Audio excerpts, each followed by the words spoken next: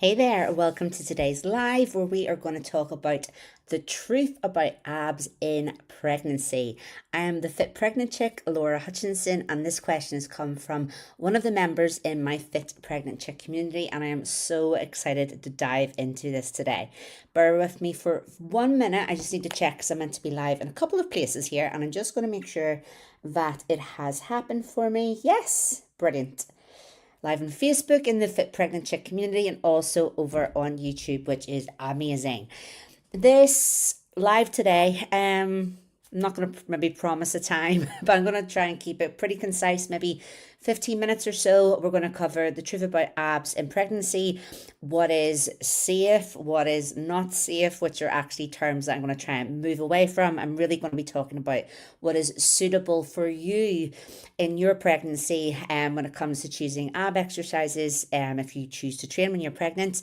Going to give you some science behind it, studies behind it, reasons behind it, but also we're going to do some real practical work together, not actually any ab exercises, but I will be adding soon to my YouTube channel, The Fit Pregnant Chick, floor and core series, both for pregnancy and both for postpartum, where I will have some mini ab workout series and also some pelvic floor exercises. But what I'm going to take you through today is some practical breathing that you can do and also practical pelvic floor contractions that you can do, but then you can apply those to the ab exercises that you decide are suitable for your body and your pregnancy, and you can take it from there.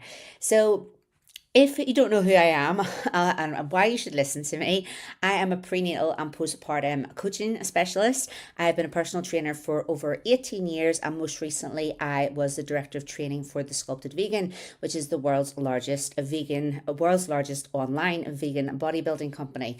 And within there, I created all the programs, writ all the fitness and nutrition programs, and with each of them, they would make anything from $500,000 to $1 million at launch, and have helped over tens of thousands of women transform their bodies. But even with all that, I still find when I was pregnant, I am pregnant. So right now, I am also a first time mum. I am 37 now. I'll be 38 most likely by the time I give birth to my baby boy.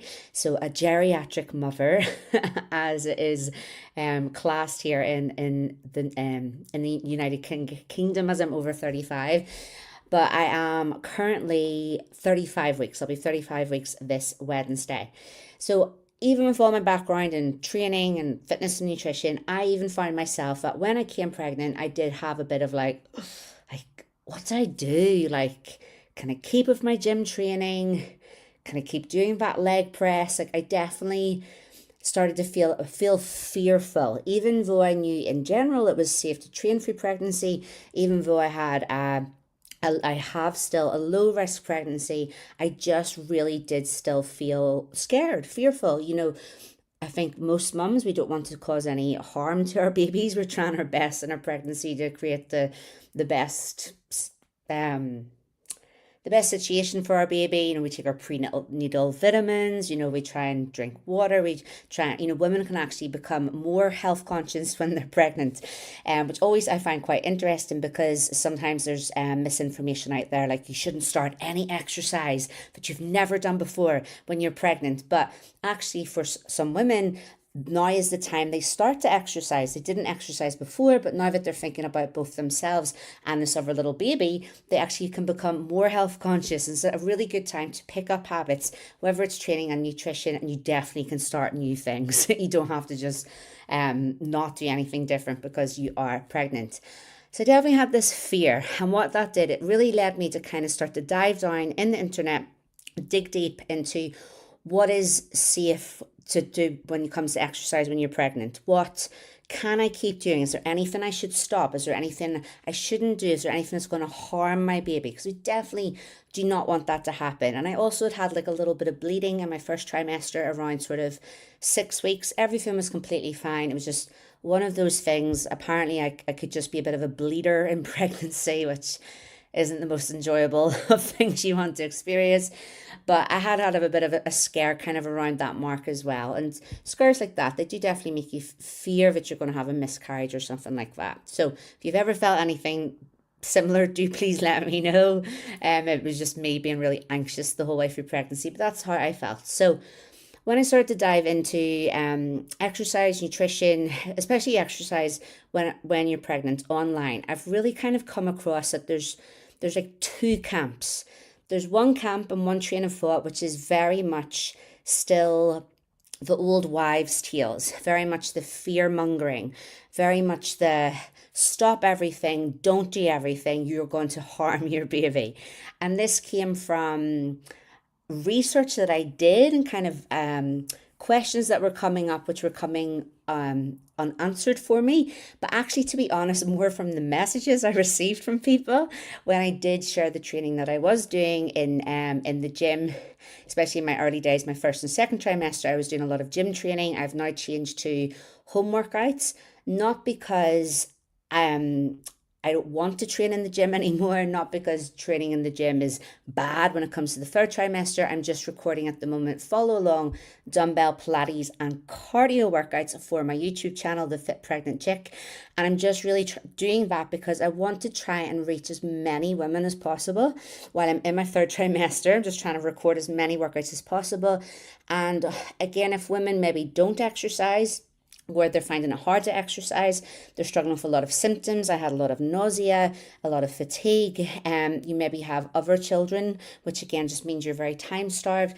What I find is these at-home workouts can just be a really, really good way to bridge that gap and remove kind of any barriers to exercise, because you don't have to go to the gym. You can just roll out of your bed, be in your pajamas, hair's a mess, and just put on a follow along video, a follow along workout, and you can do it in the comfort of your own home, because gyms can be intimidating.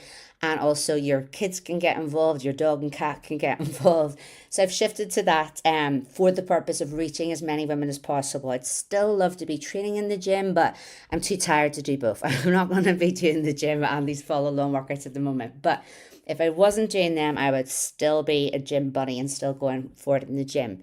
But especially in my first and sort of early second trimester, I was exclusively gym training and still keeping up the weights that I was doing when before I'd been pregnant. So I was shoulder pressing like 30 to 40 kilograms. I was on the incline hack squat, squatting, like 120 to 150 kilograms. Apologies, I don't know how much that is in pounds off the top of my head. I just kept everything going. I was very much going with it, and I was sharing this. So what I was getting was overall a lot of positive feedback and keep it up, good on you, but also a lot of messages and a lot of DMs along the lines of stop the weights, the baby is more important. What else was there? There was, you're going to harm your baby, you're going to squash your baby, you're going to hurt your baby. So it's kind of real kind of extremes from you're going to damage your baby, or the version of by still training and sort of assuming that I'm doing it to look a certain way. It was nearly like I was choosing that over my baby. And I do believe you can have both. And I believe that in pregnancy, you can say that you still want to look good, you still want to feel good, and you can have that. You can still keep exercising to help you feel that way at the same time as looking after your baby and not harming your baby. That, both can live exclusively. You're not sacrificing one for the other. There's a lot of implications that came with that.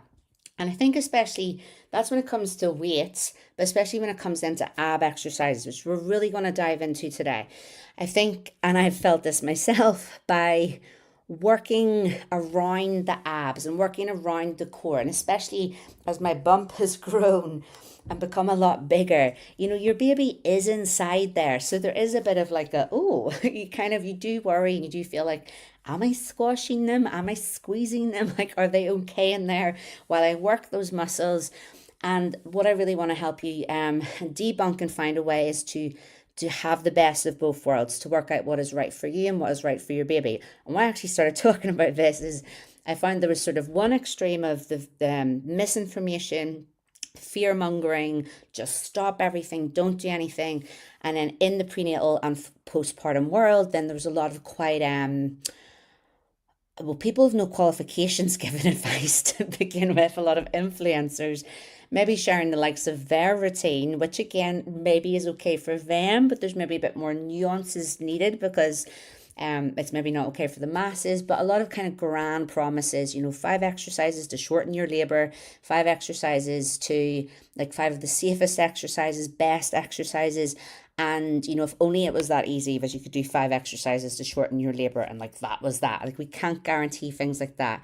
So I'm going to live somewhere here in the middle because I have then went on a journey of recertifying in my prenatal and postpartum fitness qualifications with an amazing training company, Clean Health, which is in Australia, an amazing trainer, Sheridan Sky, and just really recertifying with a qualification which was up to date with all the most recent studies, most recent research, which are really behind all the information I'm going to give you, as well as I'm practicing what I preach. I would never advise to anybody that anything I would never do, anything that I'm learning in theory, I'm putting into practice now, both in pregnancy, and the same will happen in the postpartum period. I'm my own guinea pig. I'll take the science, but then I'll try it because something on paper compared to something happening in life, the way we have to manage and navigate things, you maybe have to add like a little bit to it, for all these pregnancy symptoms and the tiredness that comes with it.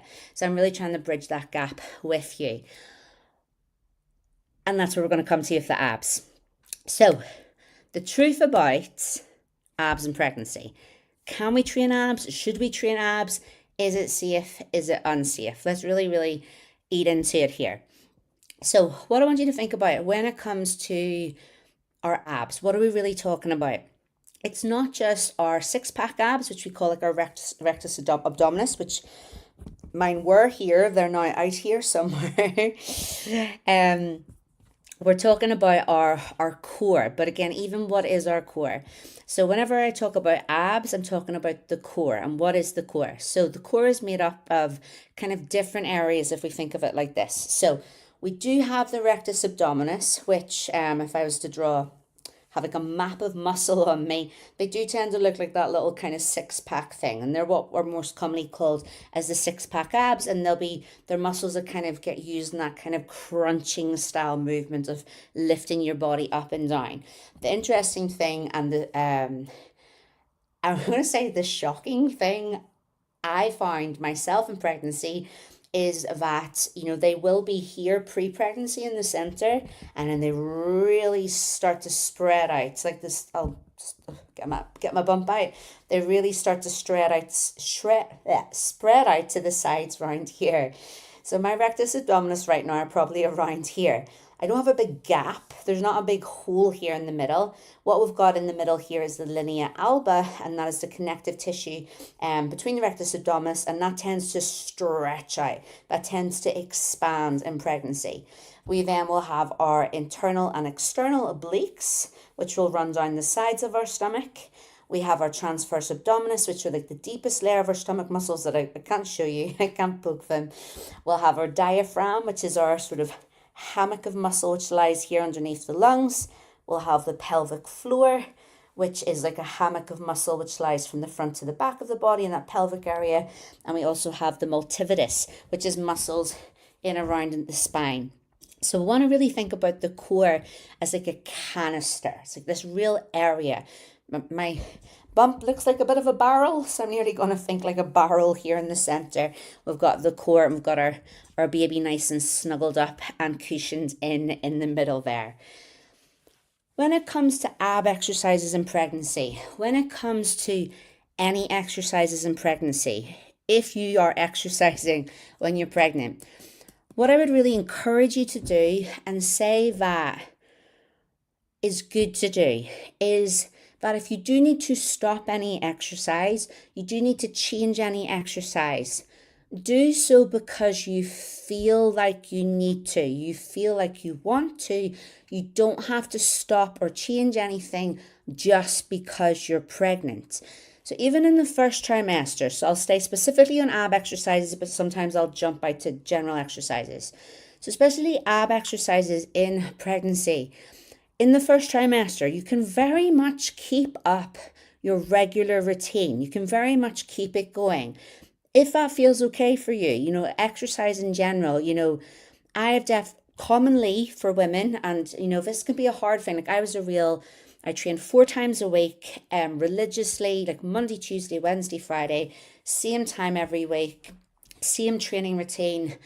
And what I find is, as I went through pregnancy, that routine it just wasn't doable for me anymore. I had real sickness all day. I didn't vomit, but I experienced real sickness, the tiredness that came with it, migraines. I had a lot going on in my personal life as well during that time, which was causing a lot of personal stress, which kind of added to everything else that was going on within that pregnancy. So I found that I had to change what was normal for me. So now in pregnancy now, my normal training routine is 2 to 3 times a week. When I'm really not feeling great, when I'm feeling good, as in nausea's down, feeling pretty good with energy, it'll maybe be 3 to 4 times a week, but just not that consistent 4 times anymore. And it has to be on any day, at any time, just when I can get it done. And that is now what works for me. I didn't change to that because I was pregnant and it was like the right thing to do. I changed to that because that is how I feel in my pregnancy. That is what I find is doable, but I have that flexibility in that I can decrease the training, increase the training depending on how I feel. And that changed through the pregnancy. So again, not just because I'm pregnant, it's how I feel with my pregnancy.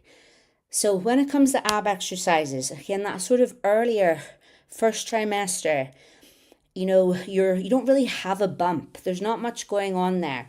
So you might find that you're able to keep up your regular abdominal exercises if you have a bit of an abdominal routine. But what will happen as you go through your trimesters is your abdominal area does start to change. Point in case. You do start to get this bump. With bumps of all different shapes and sizes, and your bumps grow at different rates from each other and different paces in our pregnancies. Some people will have larger bumps, some people will have smaller bumps. We're all completely different, as we would be. Every woman's different, every baby's different, every body is going to be different.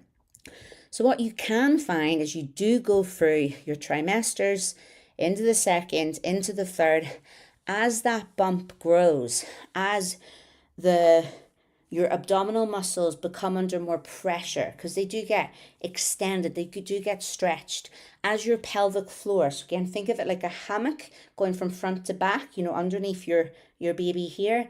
That does become under more strain with the weight of the baby and the placenta and the amniotic fluid and everything else in that core there now pressing down on it. You may just find that there's exercises that become more uncomfortable. So for example, like I can't lie on my stomach anymore. There's a lot on the way there. I'm still quite comfortable to lie on my back, but not for very long periods of time. Some people now may be completely uncomfortable to lie on their back. I can sort of sit up and perform some movements sitting up, but at times I just get really tired in it. Even if I wanted to do a crunch, I just can't do a crunch anymore, like that kind of style movement, because my bump is just so big and in the way. I have to kind of roll over in bed and roll out. I definitely can't do like a crunch to sit up anymore and get up. So it's more that as pregnancy goes on, as the trimesters go on, there will be abdominal exercises which use movements that you might just find uncomfortable. They're just not practical for you to do anymore. But if you don't find that, so for example, maybe comes to the second trimester and performing any kind of style, like crunch style movement, it just doesn't feel comfortable anymore for you, then you might stop doing that style of movement and swap to another ab exercise, where somebody might still feel quite comfortable to do that crunch style movement and they might keep it up. So it's going to be more about as the time goes on. If you've got an ab routine, then do just adjust it. Number one, when you feel like you need to. Number two, doing ab exercises in general in pregnancy. What we want to think about when we're doing them is that we are managing our intra-abdominal pressure. So we're really going to focus on pressure management in this core canister, which will help us Do any type of ab exercise, but do it in a way that is effective, that is efficient. And I like to think of it, it's like I'm hugging my baby with muscle, keeping them nice and cushioned, nice and safe, while I'm still breathing effectively the whole way through. I'm not going to say that this makes things then safe with pregnancy. I'm going to say it helps make these exercises suitable for pregnancy, because every woman is going to be different. So, how can we perform any ab exercises in pregnancy while creating this nice bit of pressure, sort of appropriate pressure in our abdominal area? So I want this to be really kind of practical, this video as well. So what we're going to do first, we're going to work on breathing, we're going to work on a pelvic floor contraction, and then we're going to add that all together. So we're going to work out how we're going to breathe when we're going to do our abdominal exercises. We're going to work out how we're going to, or practice, so to say, how we're going to contract our pelvic floor muscles when we perform our abdominal exercises. And then we're going to kind of add it all together. So what I want you just to do first is you're going to put your hands on your body. We can have the fingers sort of at the front of the ribs, and the thumbs are going to be round here at the side towards the backs of the ribs and the lungs. Just kind of relax your shoulders down. And as you sit here, I want you to sit up nice and tall. I just want you to take some nice, big, deep breaths in and out. So really think about inhaling and exhaling as deeply as you can. And this breathing and the contraction of the pelvic floor muscles that we're going to do, I apply this in all exercises. So not just my abdominal exercises. I use these when I'm doing a squat, a deadlift, a push-up, a bench press. So it's going to really apply across a lot of exercises, not just into your abdominals. As you breathe, I want you to think about breathing like your lungs are two big balloons, and you're breathing into the front of them, the side of them, but especially into the back of them. So that's why I've got your thumbs at your back here, at the back of the lungs and the back of the ribs. They're touching your lats. So I want you to breathe very deeply, in and out. And especially on that inhale, I want you to feel that you're breathing into your back, breathing into your lats, breathing into the back of your lungs. And then anytime you exhale, you're just letting all of that air back out again. One more time, breathe in, and we're breathing into the lats, breathing into the back, bringing into the back of the lungs.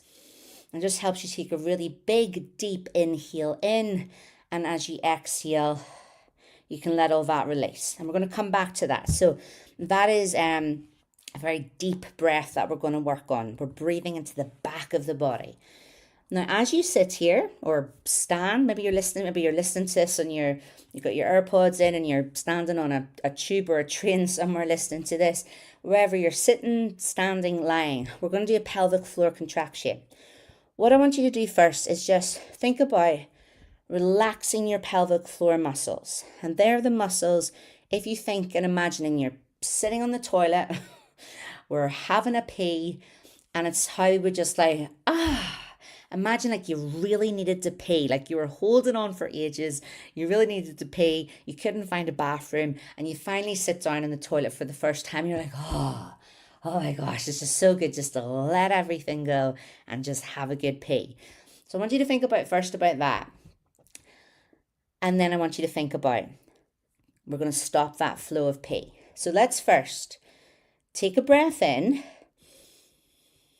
And we're just going to relax around that area. Like we've just sat down and we're like, it's having a really good pee.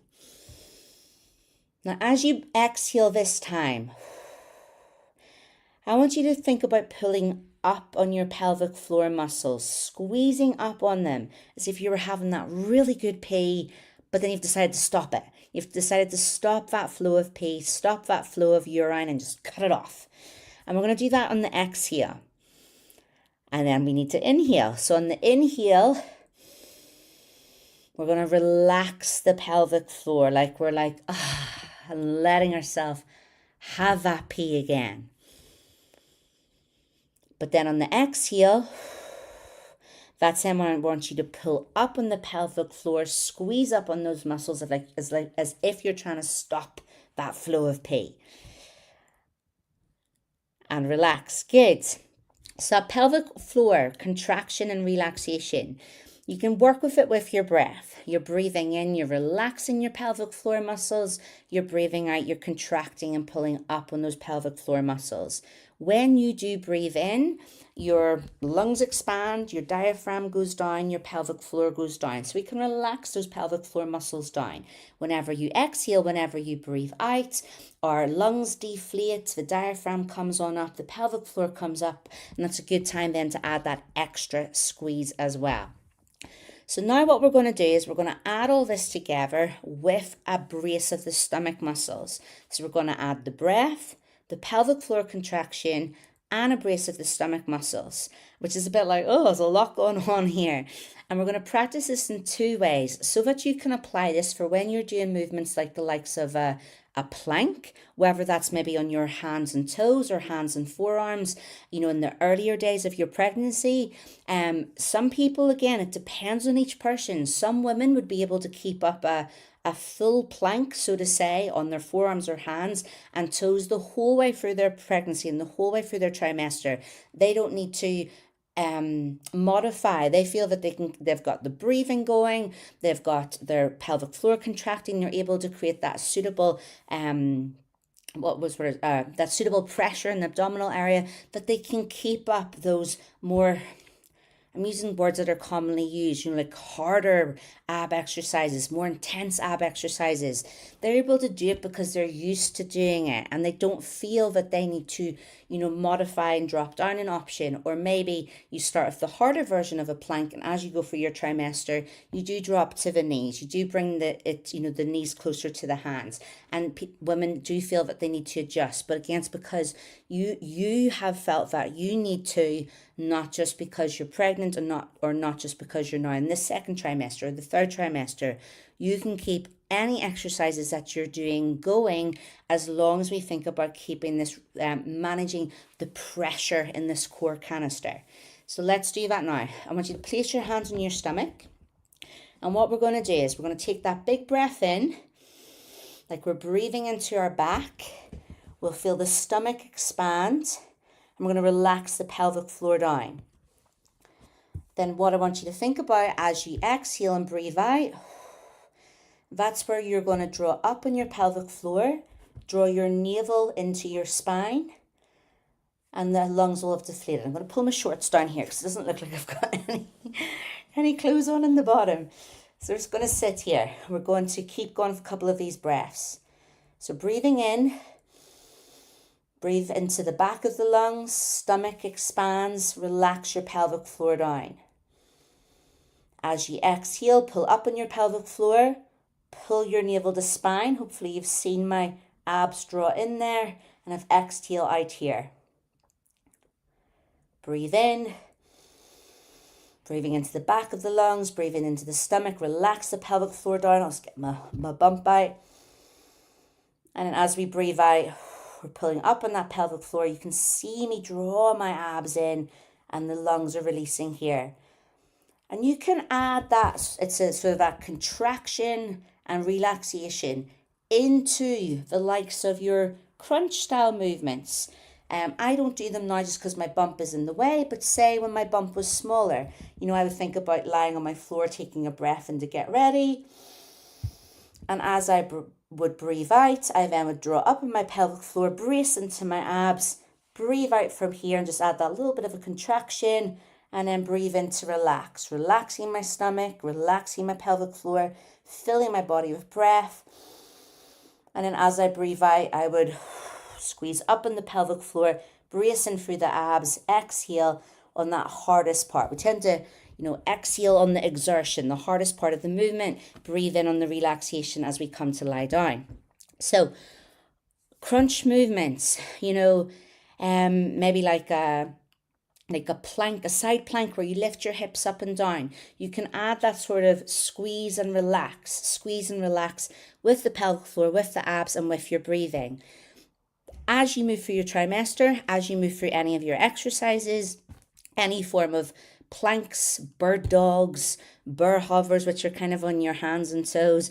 You'll see a lot of bird dogs. They're kind of a very sort of in-between ab exercise that you are working your abdominal muscles, but we're kind of not having as much of a challenge as what we maybe would in a full plank. But again, if you're used to doing planks on the forearms, on your toes, then you keep them up for as long as you feel that you can keep them up, as long as you keep this nice breathing going the whole way through, and you're thinking about creating this pressure in the abdominal area and managing it.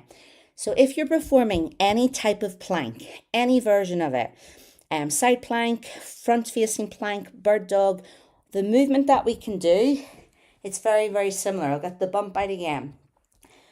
We can just take a big long inhale. So breathing into the back, breathing into the abs, relaxing the pelvic floor. And then as you exhale, pull up on that pelvic floor. Think about drawing the abs in as you exhale. And you come into that movement. So maybe I'm holding a plank on my forearms and knees, or hands and knees, or maybe I'm in a side plank. So it's an isometric hold, a hold that we're holding. As I hold that position, what I think about and what's really helpful for me, I imagine that I'm hugging my baby with muscle. So right now, I'm pulling up on my pelvic floor and bracing into my stomach muscles. Like I'm hugging my baby, keeping them nice and cushioned, nice and snug with muscle here, with that squeeze. But at the same time, I'm still breathing and keeping that pressure flowing through the body, breathing into the back of lungs. So yes, there's tension that I've created in my core canister at the pelvic floor and at my abdominal area, but I'm keeping that pressure managed by breathing as much as I can. And I'd hold that plank, forearms and knees, hands and knees, that bird dog, that side plank, for as long as I felt comfortable with it, while still breathing, and I'd relax down and I'd come back out of it. So, in summary with that, abs in pregnancy. The truth about abs in pregnancy. Can you still train your abs in pregnancy? Yes, absolutely 100%. And anything, this whole core center, this whole middle, it is getting stretched. It is getting put under pressure. The amount of times I pee myself when I sneeze now because just the pressure is coming down on that pelvic floor. It happens all the time. We are experiencing that expansion, that stretch. Things are being strained. So the more that we can maintain our strength and still think about building strength, we can do that. And no, we're not squashing the baby. We're not crushing the baby. We're not harming the baby. And how we're going to do that is really, really think about pressure management that we apply while we're doing any of our abdominal exercises. And we do that by breathing while bracing the abs and the pelvic floor at the same time. So to summarize today, can you train your abs in pregnancy? 100% yes. But you just want to make sure that whatever ab exercises you are performing, that you still feel happy and comfortable to do them while you're pregnant. And you can do them while breathing as much and as deeply as you can at the same time as bracing the abs and the pelvic floor when needed, and then relaxing them in between each exercise as well. As you go through your trimesters, especially in the first trimester, you really don't need to change much about the exercises that you're performing. You probably could most likely keep up your regular abs routine. But what you will find as you go through your trimesters, certain exercises just might not be comfortable anymore. They might just not be doable anymore. I couldn't do like a crunch up to sitting now because my bump is in the way. So do keep doing what you're doing, and change when you feel that you need to or you feel that you want to, not just because you're pregnant. If you are performing any ab exercises, what you want to think about is trying to breathe as much as you can the whole way through. And we're really thinking about breathing into our back, breathing into our lats. And if you need to practice that, you just put the fingers at the front, the thumbs at the back, and really work on breathing into this front and back of the body and feel those hands expand as you do so. And we want to create a brace, a squeeze in our pelvic floor muscles, in our core muscles. And I like to think it's like I'm hugging my baby with muscle. If it's a crunch style movement, I'm kind of giving them like a little hug and then a little release as I lift up and down. If it's a plank style movement, while I hold that movement and keeping that brace in my abdominal muscles, brace in my pelvic floor muscles to keep them nice and cushioned and give them kind of like a longer hug. At the same time, we're breathing as much as possible just to keep that nice pressure management nice and steady, stabilizes the spine, stabilizes the body as we flow the whole way through. Quite a lot of information. It is true, I would say, that you need to think about breathing more and bracing both your pelvic floor and abdominal muscles more when performing abdominal exercises when you're pregnant, more than when you weren't pregnant. But the more you practice it, the more you do it, it will definitely help you. Any questions, just pop them here and I will answer them. I am going live the whole way through my third trimester. I don't actually have that long left. I'm due in September, so we'll see how far I can get. Recording 4 follow-along workouts each week for my Fit Pregnant Chick YouTube channel. 2 dumbbell workouts, 1 cardio workout and 1 Pilates workout. So that's really good for keeping the abdominal muscles strong and the pelvic floor in pregnancy. And I also have my Fit Pregnant Chick community that you can join on Facebook. It's completely free and I'm on hand there where I can kind of answer you a little bit more in depth with any help that you need for anything to do with fitness, exercise, pregnancy and postpartum. I'm currently pregnant, so I can advise on postpartum, but I don't really have much content yet. All that's going to be coming once I've had the baby. I'll be creating all that postpartum content after, but I can support you before then. Have an amazing day. Any questions, just shout out on YouTube or on Facebook, and I will be there to help you. And I will see you very, very soon. Thank you.